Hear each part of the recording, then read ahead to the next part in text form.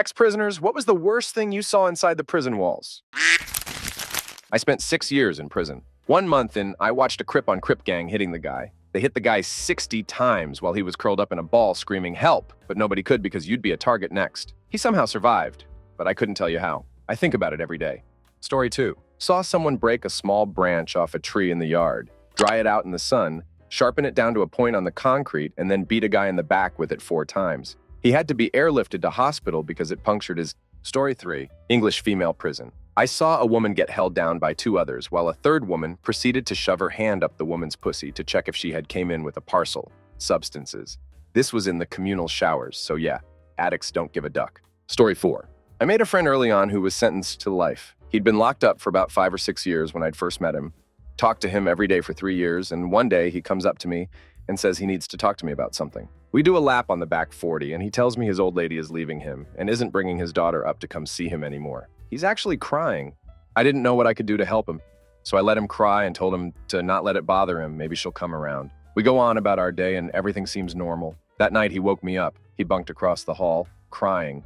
I got up to talk to him, and he says he wants to die, and that he's glad I'm up because he doesn't want to be alone. I start hitting the panic button for my cell and screaming for a guard. But no one comes, and I have to watch while he tears his mirror off of his wall. He put on his linens and blanket like a big robe, and he hit his stomach with his mirror. It was hard to see much because of the blankets and the dark, but I could smell his blood. Then he lit his blankets on fire. The assistants got there when the smoke alarm went off, but they were too late. I still have nightmares about it, screaming for him to stop, to just talk it out, but he never does. I've seen a lot of ducked up crap, man, but this was probably the worst. Or at least it stuck with me the longest. Story 5. I turned 6 months into 3 years of juvie time. While not really bad, this one kid supposedly fell in the shower and hit his head. Not sure if it was a planned ruse, but after he came back from the hospital, he suddenly forgot how to talk and lost his memory. He'd communicate with whimpers. This went on for a few weeks. Every month, you'd go in for evaluation, and your remaining time and your progress would be reviewed. I'm assuming he thought this act would get him sent home. The staff eventually grew tired of it, and in his review, told him since he didn't remember anything, then he'd have to do all off his time again, because he obviously hadn't learned anything to be rehabilitated. His memory miraculously returned that day. Story 6. I spent 8 years in prison in the state of Georgia. There was a guy who made a hustle of hiding illegal cell phones for the Mexican gangs. When a shakedown search occurred, this man was responsible for the loss of many of those cell phones. He was confronted on the yard and tried to escape by climbing the fence. He got stuck in the razor wire, hit his forearms, while 8 Mexican gang members beat him all in the back of his legs. Story 7. I remember people kind of turned on each other out of boredom. I mean, you made friends and all, but you had it hanging over you that you were a bad guy, and some people took to being a holes and provoked others seemingly out of boredom. It was an unpleasant situation to be on the other side, because you wanted to stay out of trouble too, but at the same time had to stand up for yourself. Maybe not the absolute worst I saw, but something I remember. Story 8. It's not the craziest thing I saw, but it's a social norm in prison that goes on daily. I'll never forget how socially acceptable jackers were, like somebody would be wearing a coat or hoodie, etc., and stare at a female and pleasure himself, sometimes sitting on a bench, sometimes the TV room, and nobody bats an eye. One time a dude was like, "Hey man, can you move a row over? She know I'm watching," and didn't skip a beat cranking off to an ugly 60-year-old woman. It sucks, but after a while you just accept that some people went nuts in there. Story 9. Done 11 years myself. One of the worst things I've seen is 2 members of a gang jumped on a blood on the way back from pill call. One used a large knife, the other had a fan motor in a net bag and used that as a flail. Also heard multiple people being abused. A friend of mine admitted to me after a year or so that he had been actively abused every night by his roommate for about a 5-month period. Story 10. Not prison, but jail. 6 months pregnant and her water broke. They didn't believe her and waited to take her to the hospital. She lost the baby and the woman was released because they didn't want to pay medical costs. Story 11. While not prison and certainly tame by comparison, the worst thing I saw in jail was refusal to allow people to use the restroom. We, 6 of us, were all waiting 12 hours for processing in a small town in North Carolina and were put in a concrete cell with a toilet.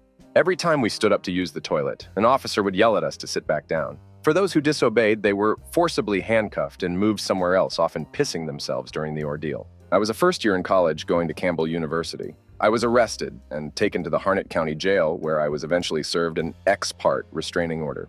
That order was thrown out less than a month later, but charges pending existed on my record for years after until I could get it expunged, which cost me quite a few jobs. Story 12.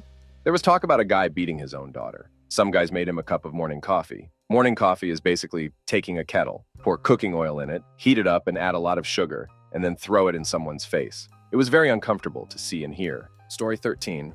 Not a prisoner, but worked in a prison clinic for a few weeks while in med school. Was under the mentorship of the prison doctor. Had this one guy come into the clinic for a routine visit who had a colostomy? We did our physical, blah blah, and the guy was about to leave. The prison doctor mentoring me said, "Hey, check out his colostomy real quick." The guy awkwardly peeled part of his bag off, and he has these red blisters around his colostomy stoma. I was totally confused, and the guy left super quick. Prison doctor just shrugged. Later that day, I asked the prison doctor what was up. Apparently, the other prisoners ducked that guy's colostomy hole, and he had gotten herpes of the colostomy from the other prisoners. Story 14. A guy dove head first off the second tier and told us the night before he was going to do it because he was tired of working the kitchen and would rather die than wash any more trays. Nobody believed him, but he was good on his word. Story 15. Saw a dude get his face turned to hamburger over a card game. Dude lost, so he sucker punches the guy across from him a minute later, gets in top of him, and probably get about 10 hits in by the time the co broke it up. I was like, damn. It was like my first month there, and it made me kind of not want to leave the cell. My bunkie was in red liquid and jacked. He's like, dude, nobody will duck with you. I'm like, okay, I hope not. I'm pretty sure he hit his eye socket in Story 16. My uncle was in for 17 years for substances-related charges. He was in a ward with two other guys with the same name as him, both of them in for 7 years. One of them beat a guy, and guy passed away. The other was an abuser. One day when my uncle was in the showers, a group of guys who mistaken him as an abuser were about to serve prison justice on the wrong guy. He quickly realized the situation, sprinted naked out the showers to grab his papers to show the guys they have the wrong dude. Story 17. Cool story. I was a small-time criminal in my youth, got locked up for some substances for the weekend. I never experienced much kindness that I could remember from people, but I did in jail. I couldn't use the bathroom in my cell because I was too scared, and these guys started talking to me and distracting me so I could go. It was the strangest and coolest thing I'd ever seen. Been intrigued by behavior ever since. Story 18. Coworker of mine here in Delaware during a riot got his teeth stomped in, and while he lay there, some of the dudes on death row surrounded a female guard and protected her from all the other dudes who wanted to abuse her. Honor among thieves, how about it? They actually got their sentences reduced, I believe. Not the worst, but I hope it's uplifting. Story 19. I worked in the medical department of a large prison in Florida. We had an inmate bite a bigger inmate's nose off. The tip. The bigger guy kept asking the kid for dirty thing, and the kid had enough. We saw several beating. Several were life-flighted out, but those weren't the most interesting. We had an inmate smoke some bad substances. He came to medical out of his mind and later passed away. One guy got a dislocated patella and was just sitting patiently as I got his info. I asked if it hurt, and he said, yeah. I asked how he was so chill, and he replied, because I'm not a ducker. Story 20. Some guy was doing a 2-year stretch for something. Anyway, he was laying awake his first night when he heard the microwave. He didn't think much of it and ignored it. Then a few minutes later, he hears this blood-curdling scream. Apparently, the guy using the microwave heated up a tub of Vaseline to boiling point. Then he pours it on some guy's face. I think it was revenge for the guy talking smack about him. Story 21. I did 3 years when I was 18 years old. I was in for a non-abuse but serious offense, so I was put on HB1 with all the lifers. I saw a lot of crap go sideways quickly there. What I will never forget is the feeling of surprise as 3 guys pushed past me on the stairs and wonder what the hurry was. Then watching them all barrel into a single cell. Still not sure what was going on. The screams that came from that room were horrific. It turns out they held down the guy, a big dude too, on his bed, threw boiling water on him and repeatedly beat him. We all heard the screams, but no one would alert a guard. It isn't done. Then, from my spot on the stairs next to the cell, I watched a guard walk over. His name was Mr. Gibad. He saw what was going on through the window in the door and turned around and walked off. Story 22. Saw a lot of bad things, like the usual fights and such. One of the most ducked up things I saw was what the guards did to this one inmate. I was in maximum security. And then there is a supermax segment of that which is all tiny single cells to hold the high-profile cases and complete nut jobs that are too dangerous for general population. So I was a trustee doing my rounds handing out lunch to the single cells. This one guy demands an extra sandwich from me. I tell him it's not happening because I don't have extra, and he starts throwing stuff, including who knows what liquid on me. Well, the guard sees this, and I was cool with them because I never acted up or anything. Then he gets on his radio and calls for their special response team, maybe 2 minutes max. 12 dudes in full riot gear coming walk down the hall, marching and banging their clubs on their shields like something out of a movie. They let me stand there for some reason. All 12 of them somehow fit into the small cell and just beat the crap out of this guy. The guard tells me he will handle the rest of handing out lunch. I get back to my cell near the indoor guard office, and about 5 minutes later, they bring this battered dude down. They have what's called a restraining chair, which straps your ankles, legs, waist, wrists, head, and neck all down. The guy gets promptly put into it, and then rolled outside to the yard about 50 feet away. Promptly gets maked. It was 36 degrees that night, but they apparently have a rule that they can keep you out there as long as it doesn't hit freezing. They left this guy out there for a solid 12 hours with no food, water, and barely any clothes. I saw him again 5 days later after he got out of the hospital medical, one eye swollen shut, the other barely opened, and beaten beyond recognition. He called me over to his cell and apologized. Appreciate the guards looking out for me, but I felt a bit bad for what they did to him. Story 23. I've never been to prison, but my cousin did, and he came back out all sorts of messed up. He was arrested for substances. According to him, he spent the majority of his time in solitary confinement for his safety. He said that his first couple of months there were okay, as far as prison goes. But that one day, for whatever reason, some guy who had been kept separate from the general population was accidentally put with the rest of the prisoners, unsupervised, and that a few prisoners grabbed the guy and that they stomped on his elbows and legs to break them before they abused him. My cousin said that those guys did it all in an instant and that they threatened him if he snitched. My cousin was later interviewed by some of the guards before they took the guys who did this, and so some thought that he had snitched. He says that he didn't, but that didn't matter because the guards had put him in solitary for safety and was eventually kept there for months longer because he wouldn't snitch, so they tried to accuse him of being an accomplice. Story 24. I spent a couple weeks in county jail. On the first day, when we were all being processed into the facility, strip, bend over, spread your cheeks, and cough, we were told very succinctly to never ever even joke about death while in the facility. Kind of like how you just don't say bomb on an airplane anymore. By day 3, I had a good understanding of the other guys I was locked up with. I was physically the biggest of the white guys in our pod, so all the white kids huddled around my table at meals to keep away from the Hispanic folks. Yes, there are 3 teams in correctional facilities, whether you like it or not. There was one kid in the group that seemed underdeveloped mentally. He probably had a learning disability, among other things. But he essentially acted like a 12-year-old. I knew early on he was going to get himself in trouble because he never stopped talking or moving, and he was rubbing everyone the wrong way. I tried to tell him to chill out and be invisible, but he was not understanding what I was telling him. I'd been there a week when the 12-year-old finally lost his cool completely. He was in the shower singing and joking around, putting on a performance that went too far, and he pooped on the floor as a joke. After the other guys in the shower grabbed their towels and ran, he proceeded to kick the poop all over the walls and into the other shower stalls. I didn't shower for the rest of my stay, truth be told. It turned into a big scene, and then when the trustees came in to clean up the poop all over the walls, it turned into an even bigger scene. The whole time, the 12-year-old was locked in a cell near the showers, laughing and joking as other inmates had to clean up his poop and make the shower area sanitary again. State-run facilities have standards after all. The next day, everyone was looking at the 12-year-old with hate in their eyes, kind of like Gomer Pyle in Full Metal Jacket. Everyone missed their showers the day prior due to the poop accident, and then the kid was still up to his antics at breakfast the next day. Everyone got really cold toward him, even openly mean. I'll admit I started ignoring him completely after the poop. It took him a day or two to realize he was hated by all, and then his personality changed dramatically. He became sad, despondent, and started talking to these COS because the other inmates wouldn't talk to him anymore. He ducked up and told the KOs that he should just harm himself and make everyone happy, and that was all it took. They dragged out the blue burrito. This is the scariest thing I had seen in jail. The blue burrito was a 10-foot-long blue foam mat like you would use in gym class with 2 12-foot-long red belts attached.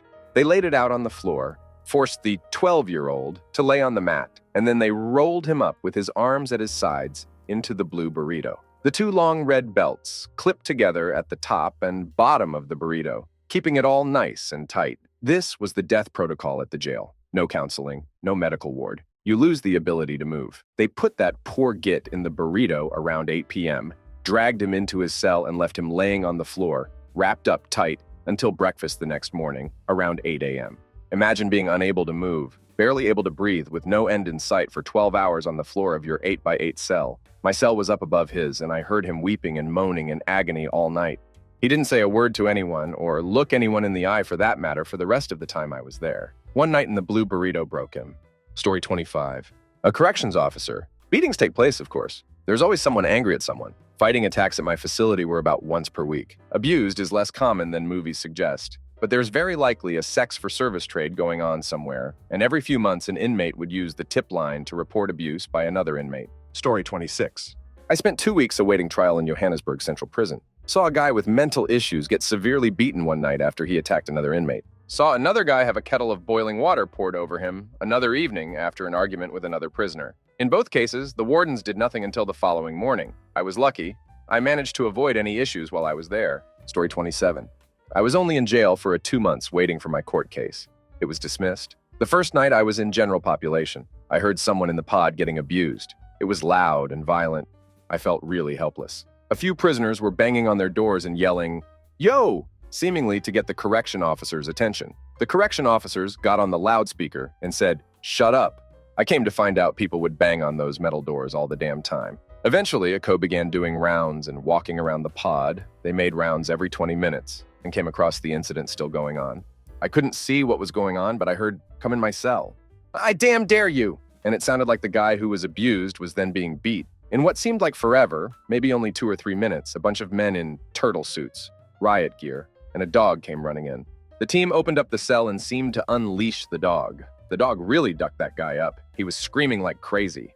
I'll never get any of those sounds out of my head, especially the man crying for help when he was being abused. It was the very first night I was actually in the jail, and I was freaking terrified.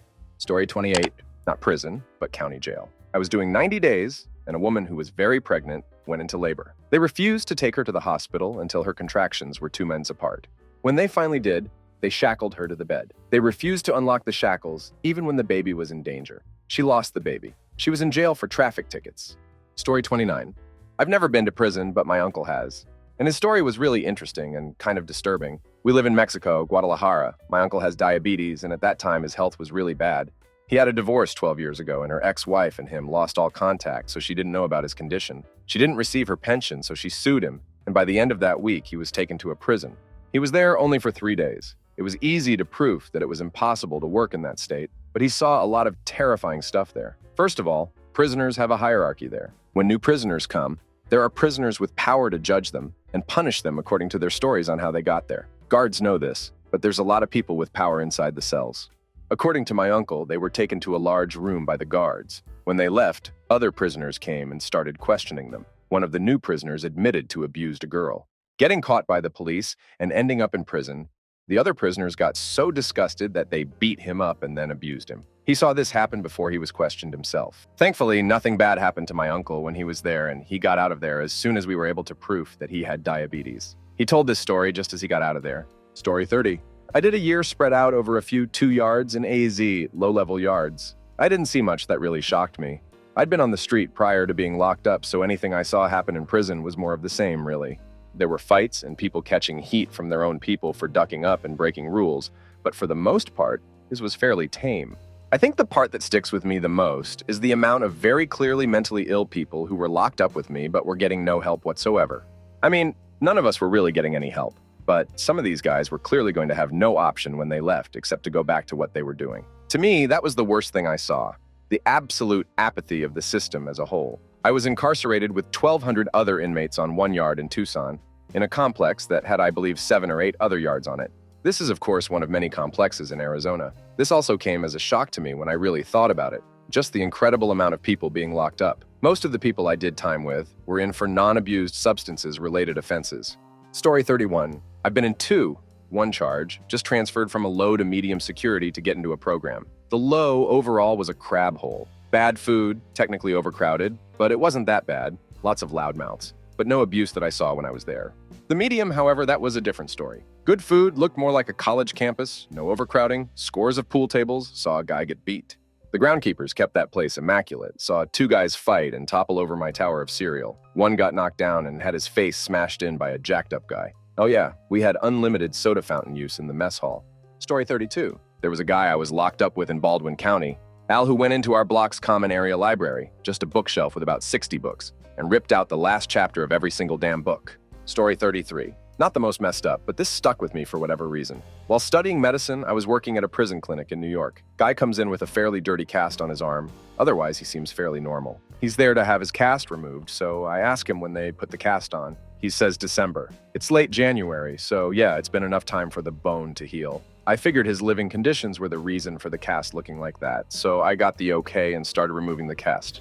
The smell. His skin underneath looked terrible. After further questioning, it turns out the cast had been on his arm for over a year, and it was just getting removed. I was glad to be getting out of that rotation. Story 34. Not exactly terrible. In fact, it might actually have been the best thing I saw while in prison. This was in Oregon, by the way, reputable for being some of the least hard yards in the country.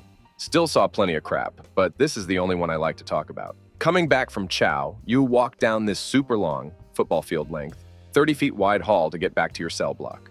Walking back, I've got my eye on two elderly lifers, both with canes, having a pretty animated discussion over who knows what at the end of the hall. As I continue walking towards them, apparently one of them says something the other doesn't like because he picks up that damn cane and just beams the other dude. I think, oh damn, here we go, lockdown, and expect the other old-timer to go down, but nope.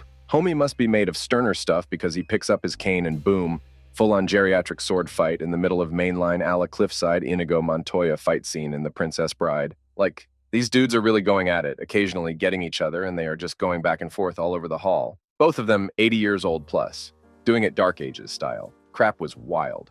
Eventually, the guards managed to sprint down the hall, huffing and puffing, and hose the two of them down with spray and drag them off to seg. But I'll never forget my first old man stick fight. Story 35. At a juvenile facility, the guards would encourage and instigate fights between us. I heard John said you was a ducker, etc. Whilst betting among each other who would win. When they didn't get their way with you, or you disrespected them in any way, they'd pay, bribe, with food or alcohol, a few others or so to jump you in the showers. The female guards would duck male inmates, and the male guards would duck female inmates.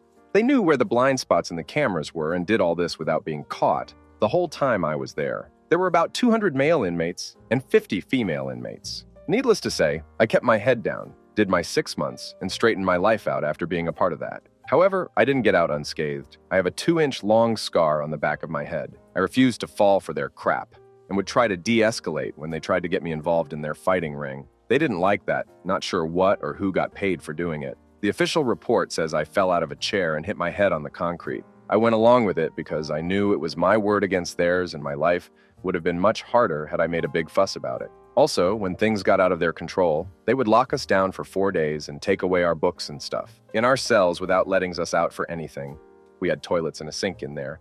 And certain inmates would clog their toilets and flood the dorm with crap water. They'd turn off the air conditioners, flash the lights in our cells on and off all night, wait till our food got cold and then bring it to our cells, etc. Real petty crap, but kept us in control. Story 36. Watching a girl come out of seg and going straight to a locker, taking the lock, putting it in a sock, walk out in the yard and start beating the girl that put her in seg. Story 37. As a co I remember on the woman's block, there was this chick who was schizophrenic and bat crap insane. One day, she kept pestering the other guy there with me over and over again for stuff she knew we couldn't give her. Smokes, a cell phone, extra soap, or whatever.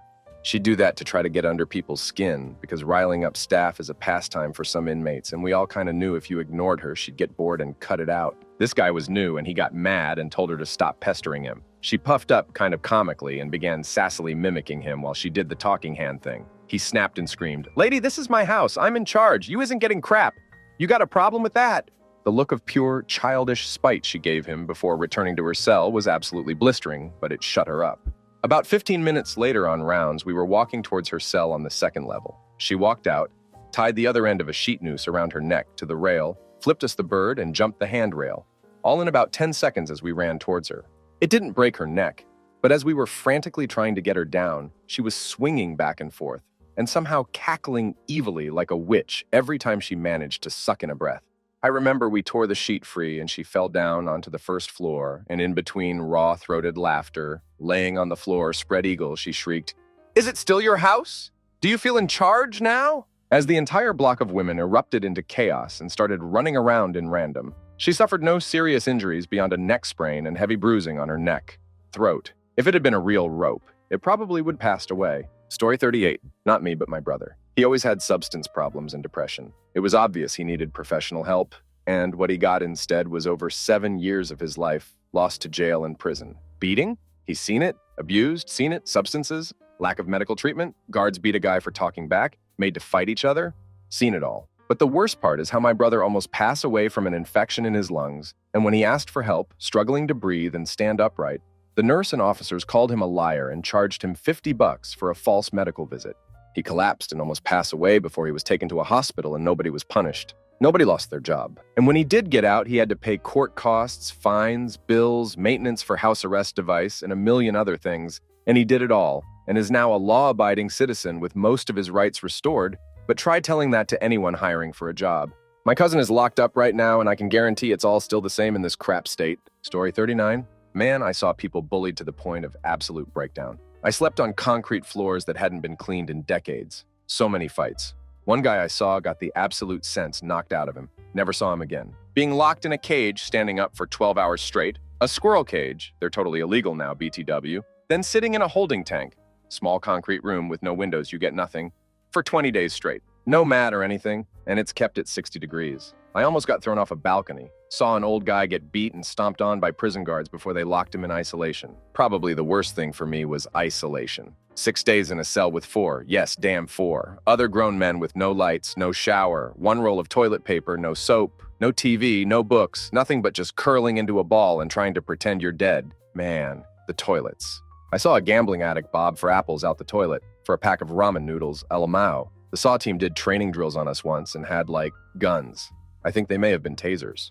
All I saw was a laser and someone with a ski mask screaming at me to get the duck on the ground. For sure thought they were going to kill us. They shook the dorm down once and had everyone strip completely naked and sit facing the wall while they tore all of our crap up and threw it in a big pile in the middle of the dorm. It's mostly psychological torture from the guards. Inmates are even wires, though. And the food? Food damn sucked, basically torture. Story 40. One time I was being transferred from a medium security facility to a minimum security facility because I'd earned it after staying out of trouble. For some reason, we could only get about halfway there, so we had to stay overnight in a maximum security prison along the way.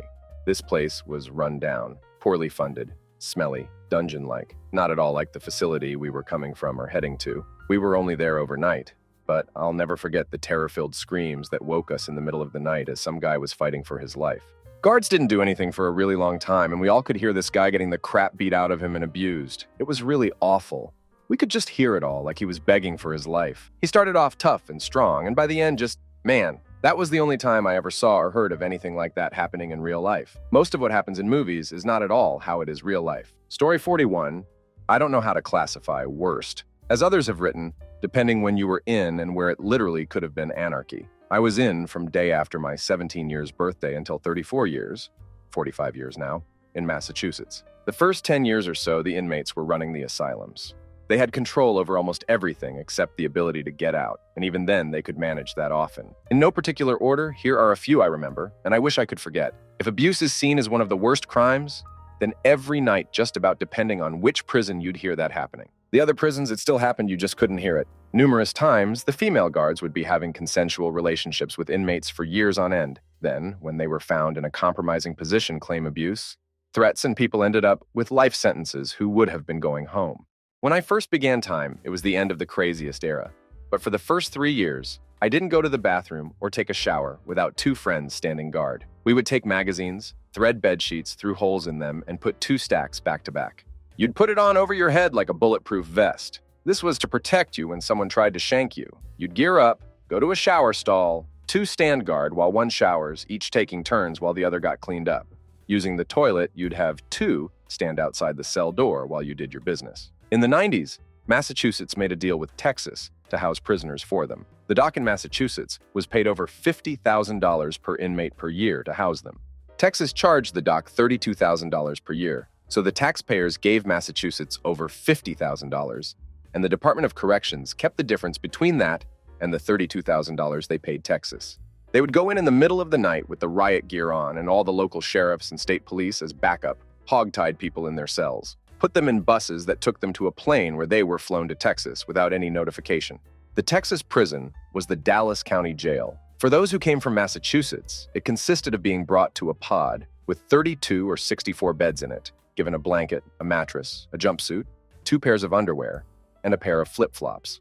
They then lock the door behind you and you have to find your own bed to sleep in. So if someone doesn't want you in there, you have to either fight them and take the room or sleep in the floor in the common area. They kept the lights on 24 hours a day and a multi-story building in downtown. There was never any outside, there was never any dark, and the noise never stopped. The worst part was the guidelines the Texas dock followed was that if there was an altercation or a problem, they would show up at the pod and stand in front with a video camera until the people inside went back to their cells on their own accord and shut the doors from the inside. Story 42. Oh boy. Okay, I went to jail for a whole 24-hour period over some traffic-related stuff. I was in it for the whole experience. The Crocs, the orange jumpsuit, ham sandwich, booster shots. It was wild, especially since I'm an overall decent citizen with no felonies or anything that would warrant me ending up there, except for unpaid traffic tickets. Anyway, I was being registered. There was a very large, definitely gang-affiliated man who was being brought in from another district and literally walked in the door of the jail in handcuffs with officers, yelling about how this jail wasn't nothing compared to his jail, and basically taunting the officers. There was one super big officer they called Tex. The man legit looked like Shrek. So I watched them purposely leave this new guy's cell open a crack, so he tried stepping out, and 6 officers mobbed him and beat the piss out of him. Next, he was being brought into the powder room to be thoroughly checked for weapons, dressed, and sent back to his tank. They sent no other than Tex in to help powder his ass. 5 of the other officers waited outside, knowing what would happen, and it can only be assumed that Tex took advantage of being crammed alone in a small space with this person and started beating on him. Once again, the other 5 joined in and beat the piss out of the guy. Story 43. I have been to state prison, but the worst things I saw were in county jail. While on a high bail block, a teen came in for lighting fire in Aeropostale at the mall. He was definitely mentally handicapped, perhaps autistic. They put him in a cell with a guy who beat a woman in the 80s and she passed away. Was only in county for parole hearing. That night, the block endured horrible screams. One guy was abused. The next morning at Chow was the most quiet I ever heard. Guy was taken to medical after Chow. Story 44. I watched a guy come into federal prison camp, had a year and a day. They gave him a job driving a mower to mow grass. On his first day of mowing, he ran the mower off the edge of the pond. Mower flipped. The roll bar wasn't installed. They landed in about a foot of water. The back of the mower seat ended up on his neck. Mower on top of him, and he passed away. The one co at the camp wouldn't let us help, but couldn't lift it. He called for help, but they had to come from the max across the street, and it was like 15 minutes. Finally, we as inmates said, "Damn it," and ran to the water. It took 6 guys to lift the mower off his neck. The co and another inmate substances him out of the water. By then, the max prison medical had made it over. They started artificial respiration. They carried him on board, slid him in the back of pickup truck bed, drove him to the front, life flight landed, took him away. Official report says he passed away on the way to the hospital in the helicopter, and his family believes that. I was one of the first to see to him. I was the one that went screaming to get inmates to come help. That man was dead when he came out of the water. I saw it in first person. The prison lied, covered it up because they didn't want to be sued. He was legally blind, remember that. They let him on a mower. Our commissary sheets was 1 page front and back. His was 3 pages so that he could see it. After it was over a day or 2 later, the camp director came and talked to the whole camp, saying he passed away on the way to hospital, that they tried to save him. Okay, whatever. Then a few hours goes by and the Puce Co is waking around talking to the shift change Co and says they give him artificial respiration. Because no one can die on prison property at a camp to our negligence. So we had to give him artificial respiration to keep him alive till they got him off the property. He was dead, way dead, coming out of the water. Story 45. I was in a prison that was split. One side was a level 4 facility, just under max, and the other was for mentally ill inmates. One day, they decided to move some of their more stable mentally ill patients to our side, the level 4 side. There was this really huge dude who, as soon as he got to our prison, just started screaming that he wanted to go back. He turned and found the person closest to him. I was down the hallway from him. And he proceeds to beat the hell out of this random dude. Dude went into a coma and passed away 2 days later. It was horrifying to watch this blatant display of random abused that ended with someone pass away. I won't ever forget it. Story 46. I went to a correctional institution as a teen, and easily the worst thing, knowing many of the people I met in there would probably be spending the majority or the rest of their lives behind bars. Some weren't bad people, some just didn't have a good start in life, no education, not known a different way to live. Story 47. Honestly, nothing. I did 5 years state time and a year and a half in county. Most people just want to do their time and not be ducked with or duck with you. Sure, gangs do some dumb crap, but if you are not on a gang, aren't in for stuff, and find your thing. School, work, working out. Most people, like I said, just treat you like a man and leave you alone. Story 48. My dad is a prison guard. He worked a night shift once, which was based on the wings. I was eating breakfast when my dad came home and he was shaking. Turns out a prisoner passed away, and my dad basically watched him from the other side whilst he waited for the guard in the room at the end of the wing to open the door. Pretty heavy crap. Story 49. I was in a class 4 barracks, a troublemaker barracks, and 3 was officially called the dungeon since there were fights quite often, at least 2 or 3 a week. There was a big man in there selling med in there, and one day he had about an ounce go missing. Everyone was looking around for 3 days when they noticed one dude in particular wasn't sleeping. It was a white man in his mid-30 years old. Just a hint. If you find substances in prison, go to the person you know is selling and just give it to him. This man decided to keep it and do it.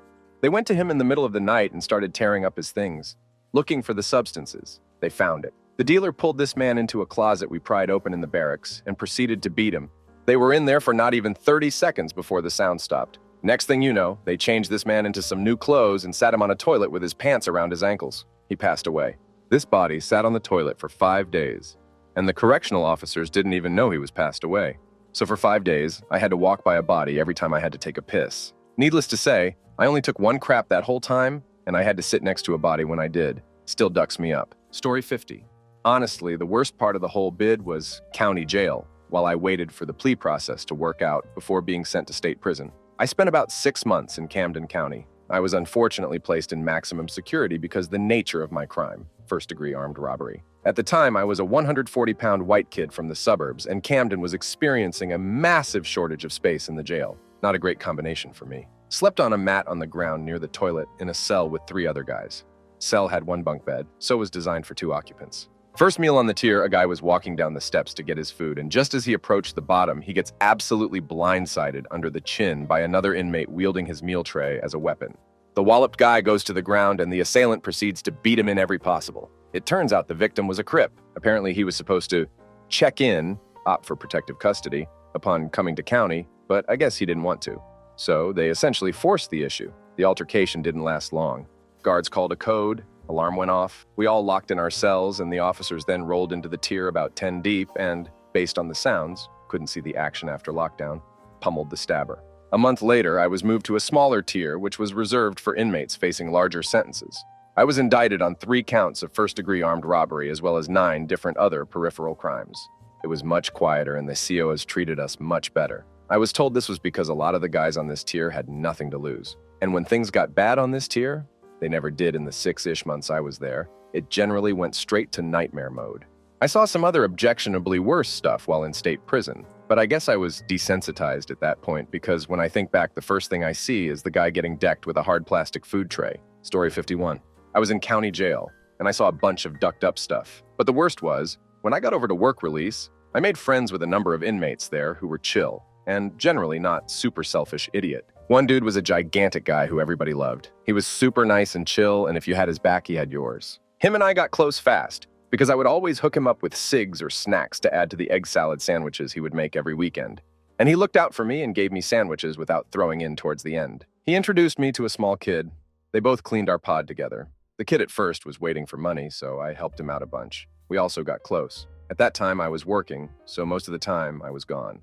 I would get back at 12 at night, stay awake until 5 a.m., get some sleep, and be gone again by noon. One morning, I had just fallen asleep, right before most of the inmates wake up to go to work. There were 2 pods with people who actually worked, the day shift pod and the night shift pod. Since I worked in restaurants, my schedule was more of a mix of the 2, but I was in the day shift pod. I woke up to hearing an inmate yelling, not an unheard of thing, but something about this was different. Dude was freaking out. A few cranky inmates were telling him to shut up, but he wasn't listening. Then a guard came running in, then another, and though they were across the room, I could tell they were like deer frozen in headlights. The inmate yelling was shouting orders, but no one was reacting. I heard him tell, "Go get the Narcan." The guards run off. Don't come back for a while. When they do, they don't have Narcan. I got to talk to the kid who was trying to save my friend's life. When he found my buddy, his lips were blue, but he wasn't dead yet. He was trying desperately to revive him, but nothing was happening. The guards were absolutely useless, and they came back without the Narcan, either because they couldn't find it or there was none. They moved us all out of the pod for the morning while the coroner came and did his thing. It was really, really sad. He had just gotten his first furlough a few hours out of the facility. Apparently, his mother had taken him to go pick up some substances, and he brought them back in with him before using them. However much he brought in was enough to kill him. Not much even changed after that, procedure-wise. I heard for New Year's they breathalyzed a ton of people, but that seemed standard. I worked that day, came back, and they let me through without even a search.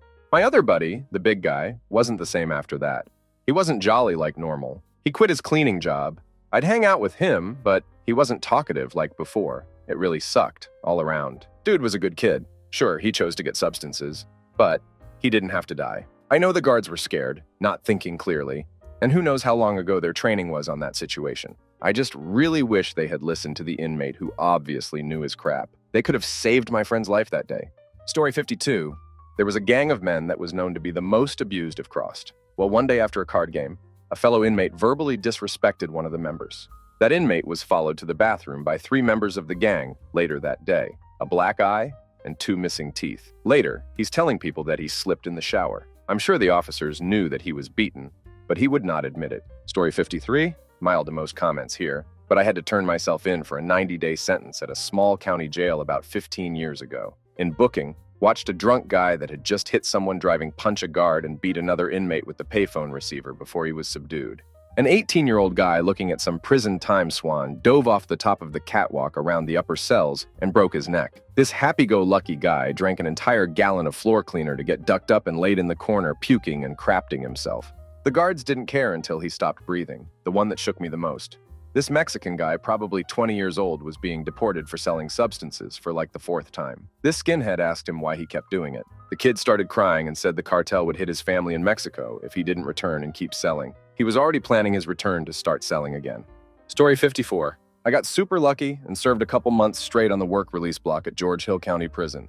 I was, at the time, the only permanent inmate on the block that didn't leave every day to go to work. The only other people who came were only there for a day or so until they got classified out, and a few guys who were finishing up state bids and just came back from Greater Ford getting ready to go home. It was the most laid-back jail experience ever.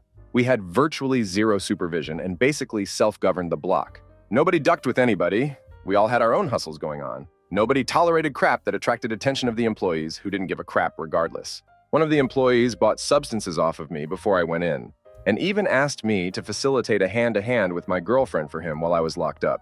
Anyway, with inmates coming and going to work every day, this block was filled to the brim with contraband. I wouldn't hesitate to say the vast majority of all the substances and other contraband in the prison came from us. Almost everybody brought in at least a pack of smokes, or whatever else you can imagine roughly the size of a roll of quarters. A pack of smokes wrapped up for transport is about that size after you compact them. Anyway, this one guy, I'll call him Donald, could bring in 3 packs of cigarettes, a bundle of substances, and usually any other party favors you could think of, was known for being the guy if you needed something brought in for cheap. He could fit a lot more than anyone else, so he charged less since he had more supply. Duh. Anyway, one day I was particularly depressed about my situation. Isn't much to do but get high or think about your situation at home that you can't control. So Donald offers to let me call my girl. I figured he was offering his phone account, but no. Tells me to sit tight while he unpacks, comes out of the bathroom with an iPhone, charging brick and cord, an iPhone, from inside of him. Story 55. We had an offender with a colostomy bag. Every time he would shower, the most terrible smell would fill the unit. We asked him multiple times to not burp his colostomy bag in the shower, but he swore he wasn't. Eventually, after developing an infection, his doctor found out he was charging other inmates to have sex. Story 56. My father was in prison for about 6 years. He never really told us about his experiences inside, just always warned to keep your head down and mind your own business. However, he did express to us that he would never buy bologna again. After pressing the issue, he finally admitted that he walked into the kitchen once to find the cook ducking a stack of bologna. Story 57. Only spent a month and a half in a remand facility, but watched 4 guards drag a 110-pound native teenager into the blind spot of the security cameras and proceed to gang beat the life out of him. Later explained that when they were checking cells in the morning, the officer bumped shoulders with this kid on accident and called for backup on the radio. Story 58. My cousin was passed away in prison. He had been convicted of burglary and some substances offense, which apparently was committed by his girlfriend, not him. She had a kid and he was a good guy, so he took the blame for her. While in prison, there was an altercation with another inmate and my cousin ended up stabbing him in the leg with a pencil in self-defense. He was 7 months shy of his release date when he was transferred to a new cell. Half an hour after he was moved, the guard came back to find him passed away on the ground with wounds. The inmate who beat him was just chilling in the cell like it was nothing. So why did they put him in a cell with my cousin? My aunt and uncle are still fighting for this in court. The prison claimed there was a clerical error and the murderer was accidentally placed with my cousin. But it is believed that the whole thing was gang-related and the guard was in on it. It's especially sad because my cousin really was a great guy. Funny, caring, thoughtful, polite. But he made some mistakes and lost his life for it. And he was only 28 years old. His was the most devastating funeral I've ever been to. Story 59. Not me, but a friend whose uncle was incarcerated in a Canadian prison. The story goes this skinny guy who got pushed around by everyone in the unit, but there was this big ducker, and as my friend put it, he looked like 300 pounds of muscle. Who was the worst of them all? Anyway, this big dude lays down in his cell and the skinny dude comes in and rams a pencil in his ear. His uncle says the two things he remembers most are the sound the pencil made when it went into the man's ear and the emotionless look on the skinny dude's face. Story 60. In Peoria County Old Jail, I saw a dude get his ass beat to unconsciousness. Took several people to get the dude to stop even after he was clearly not getting up. The dude laid there unconscious for about 15 minutes before any co bothered to notice, even with people trying to call for them and get their attention. Story 61. I was 10 years in, only 2 years left to go till I can go home. Prison isn't always what you expect it to be. Employers are supposed to help and protect you from yourself or other inmates and etc. Sometimes if you watch your surroundings closely, you can see the bigger picture for what it really is. For everyone, their experiences are different in prison. One night in the cell block, I woke up to the sound of screams and crying of a man being abused in his cell. When you hear the cries and pleas of a dying man, you can't help because everyone is locked in a cell in the middle of the night. It does something to you inside. In a way, something breaks in you, but you're glad. Glad that it wasn't you that the employers let people into your cell when everyone was asleep to do as they please with you. That's the only way into a cell in the middle of the night. The next morning, everyone walked right past that man's cell like it wasn't there. I guess acknowledging what happened would bring it down on you. I learned to sleep in the day and stay up at night. I carried a shank everywhere I went for protection. Those last years were the scariest of my life. I wouldn't wish it on anyone. Story 62. I'm not a prisoner, but I work in a prison as a paramedic, so I attend all code red and blue calls within the prison. Code red, it's red liquid. Code blue, it's airways. I always remember one particular day, which will remain with me forever. I'd just begun my night shift when a code red call-out came over the radio. Now, whenever there is a code red, all healthcare staff attend, and we attend fast, as it's normally a medical emergency. So I go running to this guy's cell. When I get there, I look through the observation panel, and it looks like the scene from a horror movie. There is red liquid all over the bed and floor. Immediately, I think that somebody has lost a limb, so I grab an officer and head into the cell. When I go into the cell, I see the prisoner sat facing the wall, making confused gargling noises. It's all a bit confusing, but he still has all his limbs from what I can see. I ask him to turn around, and when he does, I can see the damage. He had hit his face from top to bottom. We managed to take him down to our healthcare and got him shipped out to hospital. Had a call from a hospital nurse later on that night saying he was stable, but he'd lost his eyelids completely off. And so it looked like he was awake 24 hours a day. Needless to say, he never came back to the prison. Story 63. Newcomer on the wing. Asian guy. First night, he knocks on our cell door and asks if we have any substances, which is seen as suspect almost immediately, and he's tarnished with the snitch brush. Second night, Asian guy knocks again and asks if we have any substances. It seems my pad wasn't the only one who thought this guy was up to something. On the third day of him being there and arousing all of the loony suspicions on the wing, after some commotion at his cell door, I walk up and take a look inside. He was naked, surrounded by the lads off the wing with a tablespoon lodged up inside and crying. The cell stunk of crap. The lads had decided he was trying to sell stuff, not buy it, so they looked if he had hidden any inside of him. Story 64. I was never in prison, but I spent a lot of time in county jail, and I can tell you, it is disturbing. I am a woman, and most co's are men. Every night at walkthrough after you are in your cell, certain guards used to have girls they liked and would come up to your window and say, change or strip.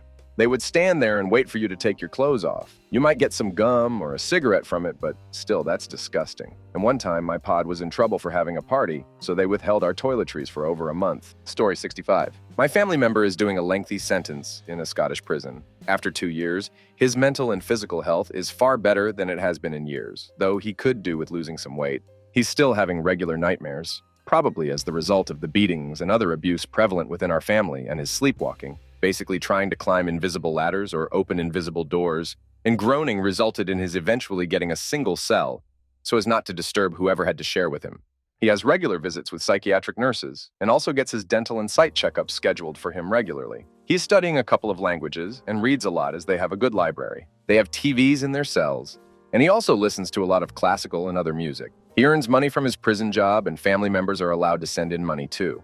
He gets on well with the screws and most of the other guys locked up. They do regular therapy sessions, group and individual, aimed at addressing the offending behavior. When I visited him, it has been in the family room. It looks and feels like a cafe, with children running around playing, and a counter where you get snacks and coffee, tea, Coke, etc. I don't know whether he will reoffend or not. I have no expectations. I don't feel sorry for him or have particularly strong views about how things are for him. That crap is none of my business. All I know is, I don't know anyone who benefits from people coming out of prison in a worse state than they went in. Story 66. At my school, I was 15 years old. They had a guy who's serving 10 years come in and tell us about being in prison. The idea being, don't commit crimes. Prison is bad. He'd been convicted of multiple counts of burglary and assault with a weapon.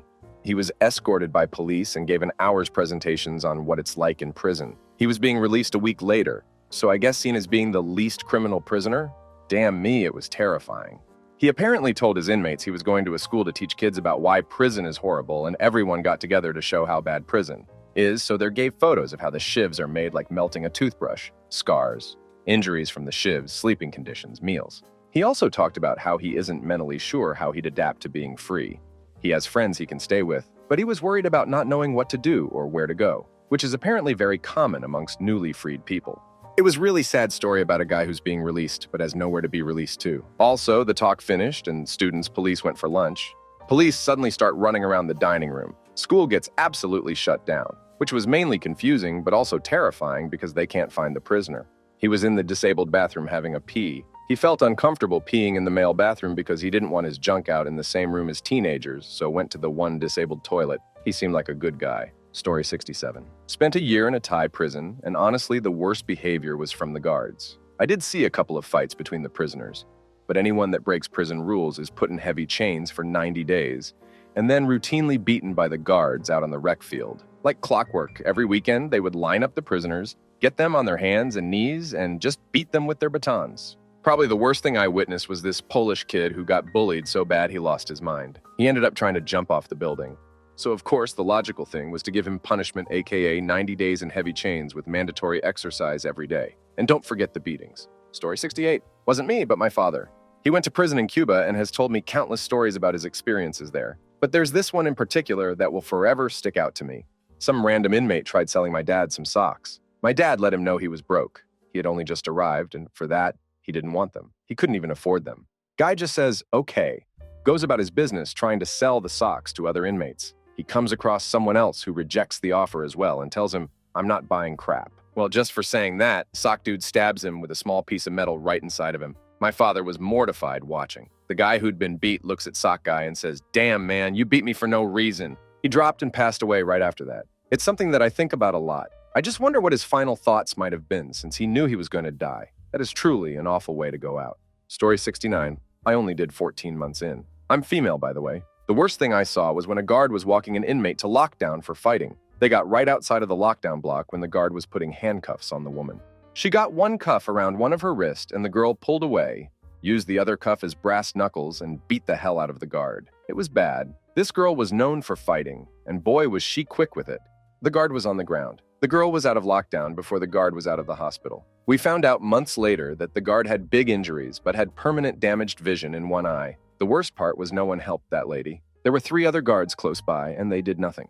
I heard of much worse things happening while I was there, but I saw this happen. I'll never forget the look of her face down on the floor. Everyone kept screaming, help her, but they left her there until the ambulance arrived. Story 70. The term getting the crap beat out of you is real. You get beat so fast and hard the adrenaline kicks in and you crap yourself. It's like some primal defense mechanism. Saw many guys crawl away because if they walked away, all the crap would dirty the pod, which would make everyone more angry. Story 71. My worst personal experience was holding my cellie that I had grown close with as he went through severe withdrawals. I honestly don't know if he had ever been hugged before that. I grew up in a pretty chill middle-class family that wasn't great, but I never got into the life until after high school. This guy had been banging substances with his dad since age 8 and was in grown-up jail for the first time. We made friends due to our closeness in age, and he quickly became my road dog. We eventually got a cell together, and that's when he really opened up about all the crap he had been through. Even with an alcoholic dad, I couldn't imagine the crap he had been through. Story 72. 2 events in particular stand out. First one was a gang on gang beating. Never found out why, but this guy whose nickname was No No did something and it pissed off the Mexicans, and one day, No got beating a couple times. Never saw him again afterwards, so I can't comment on whether he lived or passed away. The second was close to me getting out. The gay guys were called Gumps. Well, one of these Gumps cheated on his boyfriend with another dude. The guy who got cheated on microwaved a bowl of baby oil and poured it on the dude while he was in the shower. Yeah, in prison you learn a lot of awful things, but you most definitely learn how to be respectful. And whoever made the comment, the 3 most important word sayings are please, excuse me, and thank you is pretty accurate. Story 73. All I can think about is the sheer amount of mental illness and substances abuse. as someone who did something wrong when in a bad mental place, and one who took responsibility for it. Seeing these obviously mentally ill and addicts locked up with no therapy, it was dystopian. Story 74. Getting the crafty calf sleeve tattoo, which then lead to a gnarly staph infection. I basically paid $40 to get a terrible tattoo and a week of quarantine in the hospital. Story 75. So I actually work in one currently, and it's probably pertaining to the mental health crisis. No matter how many times you do your checks, which can be one-on-one supervision for a shift, to 30 checks of your block, if they want to die, they will take their life away. Story 76. A friend told me a story about his cellmate. Old boy had a boyfriend in a cell directly across the hall. One night just around lights out, he was pleasure himself while his boyfriend showed him his junk through an opening in the door. Apparently, this was shortly after the cellmates had been issued mace, pepper spray, and while calling for lights out, go to bed, one vicious cellmates decided to break things up by spraying Mr. Cheek Spreader right in the brown eye. From the way my friend told the story, nobody in earshot slept for the next 4 or 5 hours. Imagine the brutal psychic toll of listening to a man howl in agony for 4 or 5 hours. My friend told this story like an amusing anecdote until I explained how disturbing it seemed from the outside. Story 77. It was in a jail, not prison, but a dude came in who was known throughout the community for abuse. They threw him in Gen Pop, and as soon as first yard time came around, 3 lifers, there for their appeals, took him to the top floor and threw him off. He passed away the moment he hit the ground. Story 78. This dude put Vaseline in the microwave and dumped it on a pedo face while he was asleep. The screams of that guy I'll never forget. It was like 2 a.m. I woke up to these scary screams of straight anguish. Crap was crazy. Story 79. Not prison, but jail. I watched a dude who was coming down off of substances, who was in for violence charge with his girlfriend. He went the second tier at breakfast, 3:30 a.m., kicked his shower shoes off. He jumped off the railing and went head first into the concrete floor, all while I was on the ground floor still eating. I watched the whole thing and have it imprinted in my mind forever. Story 80? I know a guy who used to be a corrections officer for a state max security place. He didn't often tell any details about his job, but the worst thing he ever mentioned to me was seeing someone get hit their body, literally, during a riot or fight. Story 81. My mom used to work in a prison. The worst thing she's told me about was meeting Myra Hindley. As you can well imagine, she was a disgrace of a human being and all around incredibly unpleasant to be around. Story 82. I saw quite a few things in my time inside. Before I went, people told me it wouldn't be bad because it was a youth detention center. The place I was had elevators and we had to use them to go to the yard. Like half the time, there was a fight in the elevators on the way back because of some beef or another, which meant the entire group of people got pepper sprayed when the doors opened. Always waited till the way back, so no one lost yard time. But when I moved to minimum, we got off-site jobs. People would collect cigarette butts all day off the ground from ashtrays. About 30 minutes before we had to go back, every bathroom at the work site was full, with people trucking small amounts of tobacco they'd stuffed into latex finger gloves. Then I'd see them selling it to people when we got back. I couldn't believe people wanted to smoke that crap. It was mind-boggling. Story 83. In Texas prison, I saw a man pass away as he waited in a cage to see medical personnel. Nobody cares. He had been calling for help for over 30 minutes. Story 84. Some guy was accused of being a nonce. Several prisoners hit him up, made a right mess of him. He nearly passed away. He wasn't a nonce. Story 85. I was in a Norwegian prison, and we had a pedo in my cell block. One day, some dudes had taken out the heater of a water boiler and were trying to shove it up the pedo inside while it was plugged. They got 5 years extended on their sentences, which was one of the reasons they did it, but also because was a pedo. However, this was an institutional failure because all the offenders were supposed to be on the same block. Can still hear his screams sometimes. That was the worst thing I've seen in all my life, and inside the prison walls. It truly was disturbing. Story 86. Not a prisoner, but worked in a legal clinic for exonerees for a few years. Guys used to tell me stories all the time. Had one guy who did 20 years in Angola, used to tell me about the inmate rodeo show. Yes, a real rodeo show with a bull and everything. He used to participate in while inside. Apparently, the prison held an annual rodeo show fundraiser where they would take a few prisoners and put one or a few of them in a ring with a bull. It's their biggest fundraiser. The prison sold tickets to the public and everything. Well, my client one year was put in an event with like 5 other inmates or something where the guards released like 6 bulls, and the last man standing wins the event. Broke his leg. Still has trouble walking to this day. Easily the most insane story I've ever heard. Story 87. I've done 7 years hard time, though in Sweden, didn't really happen anything really. Nowadays, instead of beating one guy up, you force him to throw crap on a guard instead. That way, the guy will get transferred, and the guard will have a hard time dealing with the fact that everyone's seen him or her with crap all over her or him's face.